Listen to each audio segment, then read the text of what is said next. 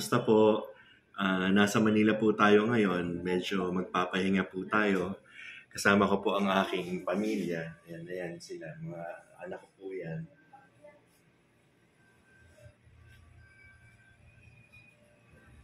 Ayan, wife ko. Dito po tayo sa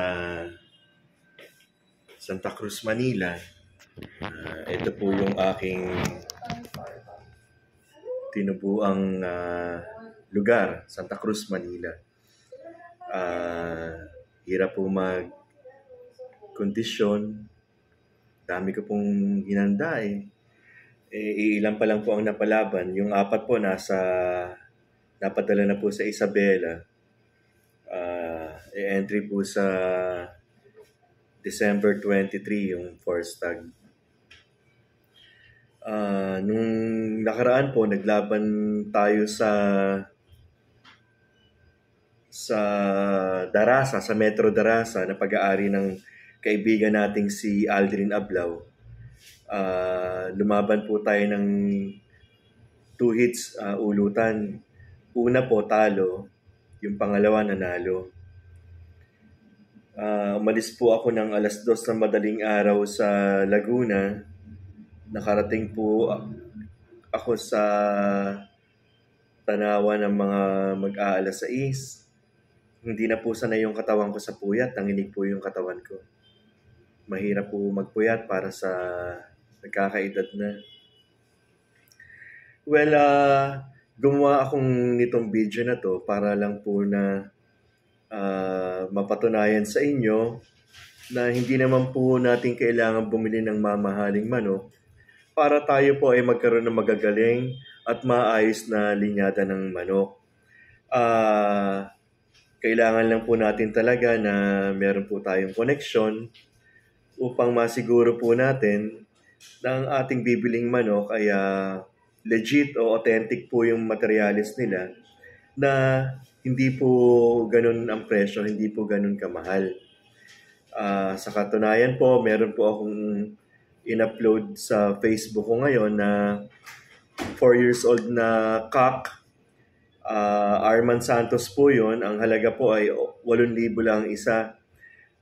Napakamura po nun kasi po kapag po nakabili na tayo or pag bibili po tayo ng nasa edad 2 taon pataas, mahal po ang presyo talaga. Lalo po ang materialis po talagang maganda. Basta you have to make sure that the person or the breeder that you are dealing with is a legit breeder. Para po sigurado tayo sa ating kukuning materialis.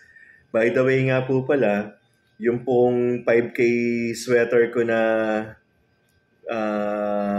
trio, bali yung pong lalaki ay o yung ganador galing po kay Edwin Arañez. Tapos yung pong ating pulat na 5K galing po sa aking pinsan ni si Kari Chua. Meron na po silang sisiw. Siguro by March, April, pwede na po natin sila i-out. Yun lang po. Na-share ko po na sa mga nais magtanong, yung laban po natin noong nakaraang linggo, isang talo po, isang panalo. Meron pa po tayong laban next week, December 20. Doon ulit sa sabungan ni Paring Aldrin sa Metro Darasa. Doon po yun sa Tanawan, Batangas. Maglalaban po ulit tayo doon sasali po tayo ng 2 hits ulutan. Martes po yun. So, hanggang sa susunod po muli, sana po ay nasa maayos po kayong kalagayan at ganoon din po ang ating mga inaalagang mga manok. Pagbutihin po ninyo nang sa gayon po ay kumilos po ng maayos ang ating mga manok at nang tayo po ay pagkatiwalaan din ng mga nagtitiwala sa atin at nang sa gayon po ay magtuloy-tuloy po ang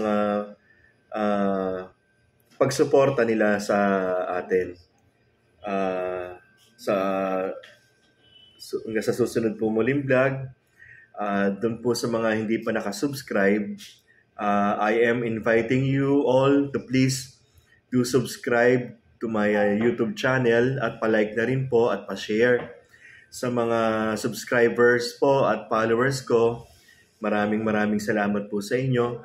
Hanggang sa susunod po, Andrew Chua po, nananalangin at dumadalangin sa ating Panginoong Hesukristo na tayo ay kanyang gabayan sa lahat ng ating gagawin at ng lahat ng ating ginagawa. Maraming salamat po. Hanggang sa susunod po muli, Andrew Chua po. Goodbye.